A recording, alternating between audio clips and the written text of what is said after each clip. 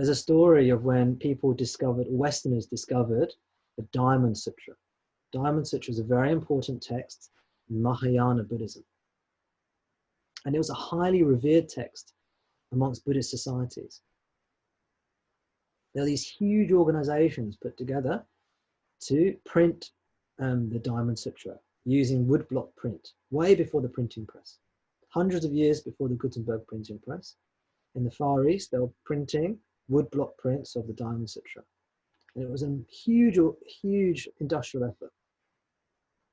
And when Westerners came across the Diamond Sutra, they didn't have a clue what it was. It just looked like read like gobbledygook. If you've not read the Diamond Sutra before, I've got excerpts of it on my website. So just type in Diamond Sutra, Tom Das. You'll find some excerpts there. Yeah. It's not a very long text. It's nice. It's interesting to read. It doesn't make any sense. But when someone starts getting into this, the teaching comes alive. It doesn't demand any follower. It doesn't demand any following at all. It doesn't demand any conversion. It's a universal teaching, and it's expressed in many different ways.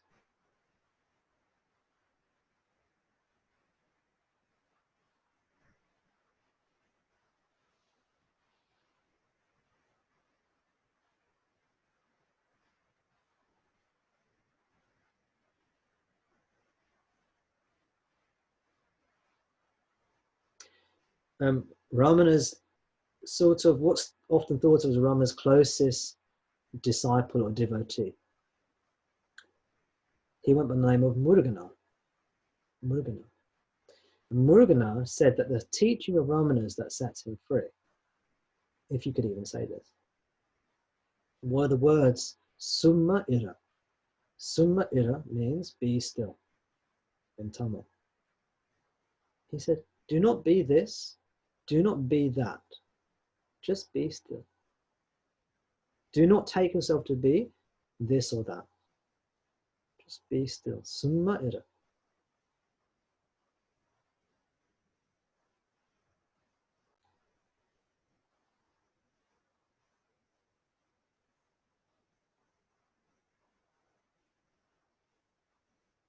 And Muruganar said when he heard those words, it just penetrated deep inside him and took him somewhere, so to speak.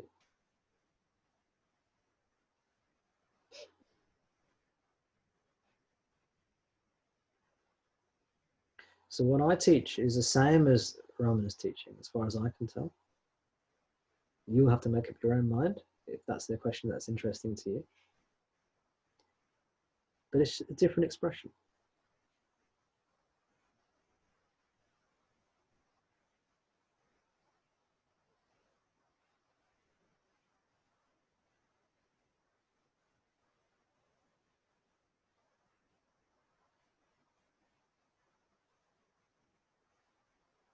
Ramana said all the mind has to do for liberation is Summa Ira.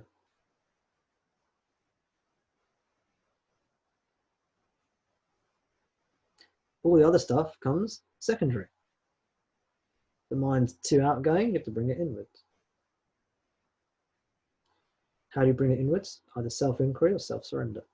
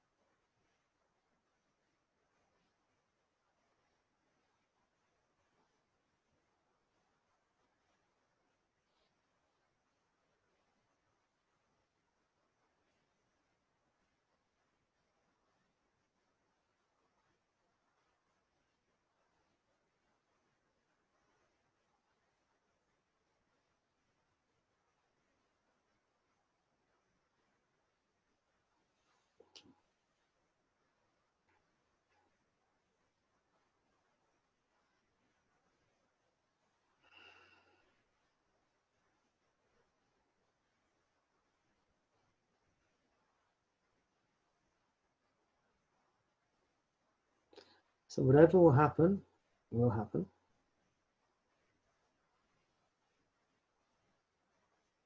The body will be still, or it will move.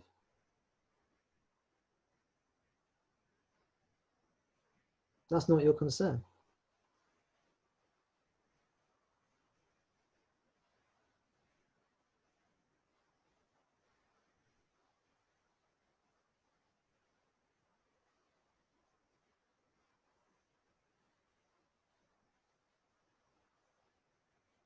The body appears. The body appears. It does a dance. It moves around. It does its thing. So that's fine.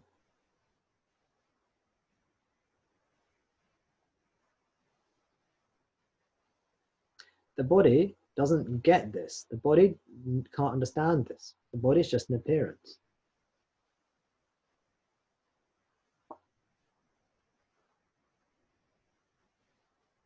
When I say the body, I mean the body-mind.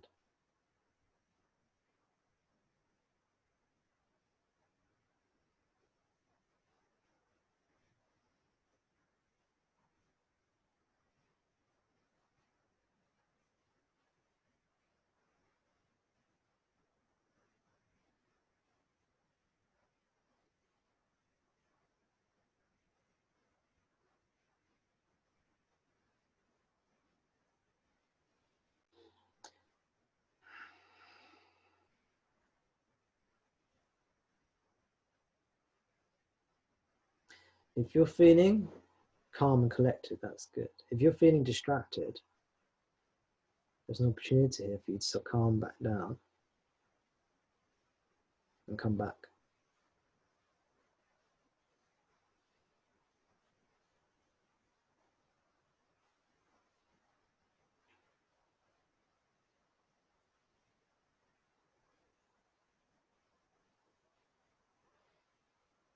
The mind goes this way and that, that's fine, but you don't go this way and that.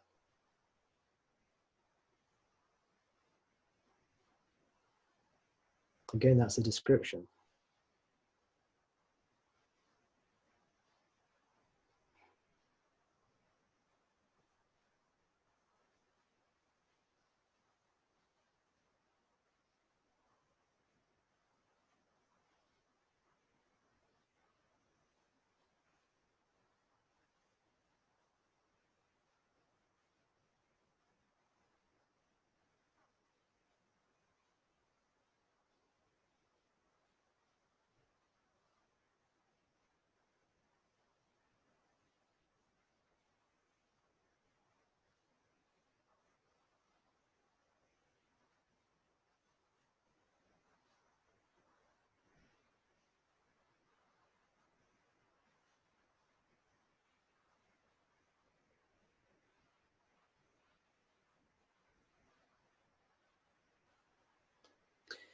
If you can just be still, silent, you don't even need to do self-surrender, self-inquiry.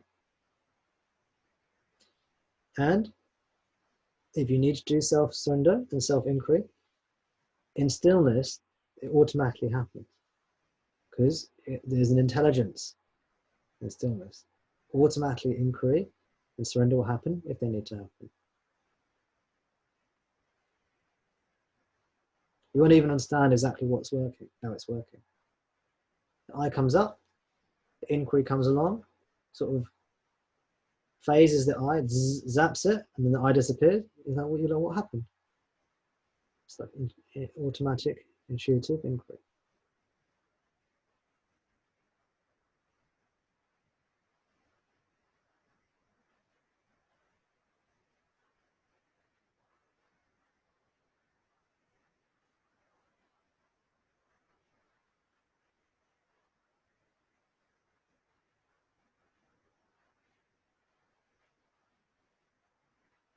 Or you're weighed down with something, you feel weighed down with something, and suddenly you're able to let it go.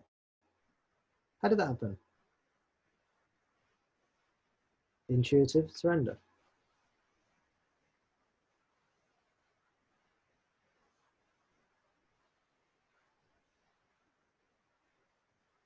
The intelligence in you naturally gravitates towards wholeness, happiness, peace, yourself, the self. When I say happiness and peace, that's yourself. That's the reality. If you say, I feel peaceful, I feel happy, that's the ego. But if you realize that same experience is peace, happiness, in which the body appears, in which the thought I am the body appears, that's the self.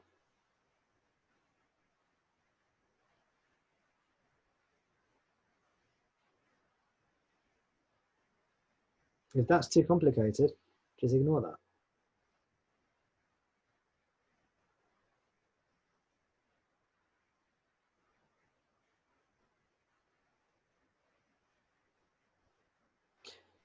I was reading a passage today, earlier on today, where Ramana described his liberation or enlightenment experience.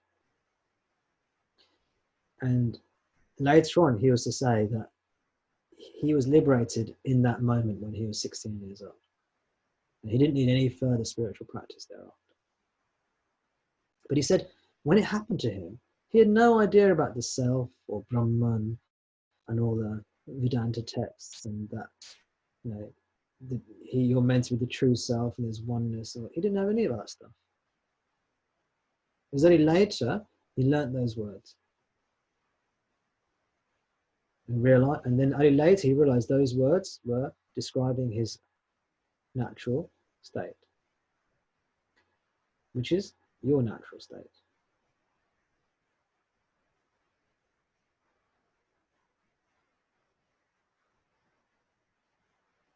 So you don't need to know all these words. Helpful they can be. They can also be a hindrance.